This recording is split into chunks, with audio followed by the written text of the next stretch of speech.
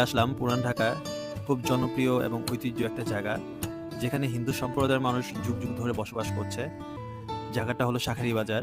তো এই শাঁখারীবাজার আমার সাথে খুব ছোটবেলা থেকেই জড়িত, কারণ আমার এই শাঁখারীবাজার ঢোকার মুখে আমার স্কুলটা ছিল।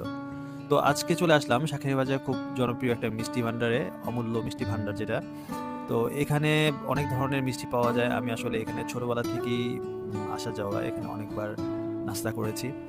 তো এখানে সকাল থেকে আরম্ভ করে রাত পর্যন্ত ওদের লুচি, পরোটা, হালুয়া, মুরিন্দা, সবজি, ডাল এগুলোর জন্য খুবই বিখ্যাত। এছাড়া ওদের অনেক ধরনের মিষ্টি আইটেম আছে। তো এখানে বিশেষ করে আমার ওদের ছানাটা খুব পছন্দ। তো আজকেও চলে আসলাম, যেহেতু ভাবলাম যে আপনাদের শেয়ার করি। আপনারা যারা ইসলামপুরে ব্যবসায়িক কাজের জন্য আসবেন, অবশ্যই এই জায়গার নাস্তা ট্রাই করবেন। আশা করি ভালোই লাগবে। ভ্রমণ আর ভোজনের সাথেই থাকবেন। ধন্যবাদ।